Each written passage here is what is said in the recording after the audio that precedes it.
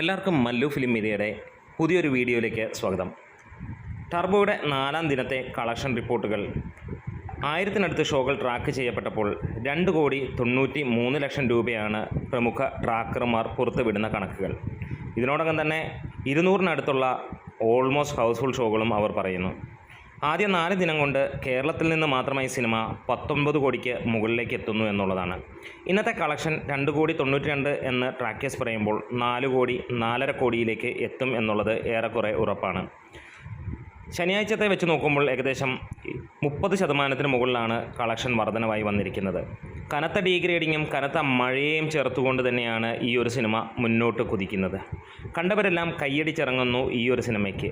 73-ാം വയസ്സിൽ മമ്മൂട്ടിയുടെ ഉഗ്ര താണ്ഡവം കാണാൻ തന്നെയാണ് ജനങ്ങൾ തിയേറ്ററിലേക്ക് കയറുന്നത്.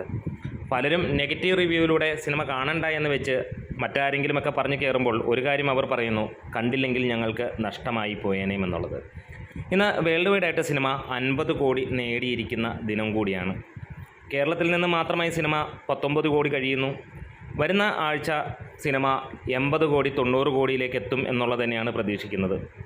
ലോകമെമ്പാടും 70ഓളം രാജ്യങ്ങളിലാണ് സിനിമ റിലീസ് ചെയ്യപ്പെട്ടിരിക്കുന്നത്. ഇതുവരെ പൂർണ്ണമായ കണക്കുകളൊന്നും തന്നെ പുറത്തു വന്നിട്ടില്ല.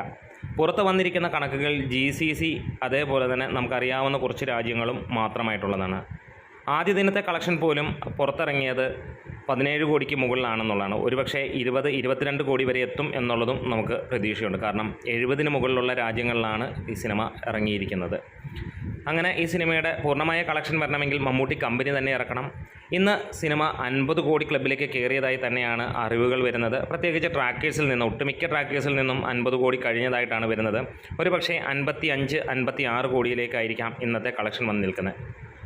വീണ്ടും ഒരു വീഡിയോയുമായി വരുന്നതുവരെ കാത്തിരിക്കണം. നമ്മുടെ വീഡിയോസ് ഇഷ്ടമായാൽ സപ്പോർട്ട് ചെയ്ത് തരണം. ലൈക്ക് അടിക്കുക, ഷെയർ അടിക്കുക, സബ്സ്ക്രൈബ് ചെയ്ത് തരിക.